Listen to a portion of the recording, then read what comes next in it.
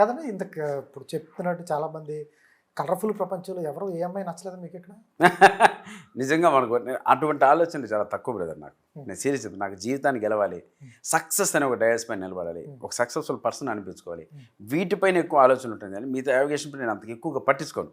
ఆ success dais పైన నిలబడి మాట్లాడే ఆ ఎనర్జీ వేరు, కనిపిస్తూ ఉంటుంది. నాకు అది కావాలా.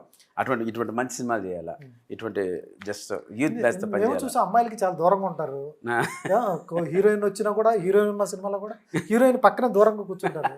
చాలా మంది కావాల చేతులు వేసేవాళ్ళు ఉన్నారు, పక్కకి జరిగి కూర్చుంటారు. ఎందుకట్లా?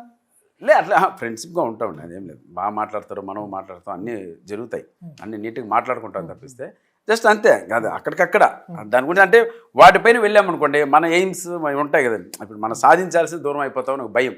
ఏదన్నా ఇంకోటి ఏంటి, ఏదన్నా ఇప్పుడున్న మీడియా ప్రకారం కావచ్చు, మనం ఏదన్నా అమ్మ అంటే నీ అమ్మ అన్నట్టు రాసే రకం అదొక భయం మీడియా. కాబట్టి మన లిమిట్స్లో మనం ఉన్నాం అనుకోండి, తప్పకుండా మంచి జరుగుతుంది కదా. అసలు ఫస్ట్ క్రష్ కూడా లేదా? అవంతా ఎందుకంటే ఇంటర్మీడియట్ స్టేజ్ నుంచి వచ్చాం కదా. అప్పుడు ఇంటర్మీడియట్ స్టేజ్లో 100% ఫస్ట్ క్రష్ ఉండేది. రకరకాలుగా వాళ్ళంతా సెటిల్ అయిపోయారు, హ్యాపీగా వాళ్ళు సెటిల్ అయిపోయారు. సరే వాళ్ళ గురించి మాట్లాడకూడదు, పెళ్ళిళ్ళు అయిపోయి పెళ్ళి అయిపోయింది, ఇంకా మాట్లాడకూడదు వాళ్ళ గురించి. కాబట్టి అలా జర్నీ. ఎప్పుడన్నా శుభార్త ఎప్పుడు చెప్తాం చూద్దాం. నా గాడ్ గ్రేస్ ఈ పెళ్లిగాని ప్రసాద్ తర్వాత, ఈ పెళ్లిగాని ప్రసాద్ ఒక సెంటిమెంట్ ఉంది మా అందరికి. ఏంటంటే మా అసిస్టెంట్ డైరెక్టర్ పెళ్లి కాదనుకున్నారు కొంతమంది, వాళ్ళకి ఈ సినిమా వర్క్ చేయడం వల్ల పెళ్లి అయిపోయింది. సో అలా పెళ్లిగాని ప్రసాదులందరూ మా సినిమా చూస్తే సెంటిమెంట్గా పెళ్లి అయిపోతుంది. సో పెళ్లిగాని ప్రసాద్ అమ్మలకు కూడా పెళ్లి అయిపోతుంది. సో ఆ సెంటిమెంట్ నాకు కూడా వర్కౌట్ అయ్యి ఒక మంచి దొరికిందంటే గాడ్ గ్రేస్ చూద్దాం.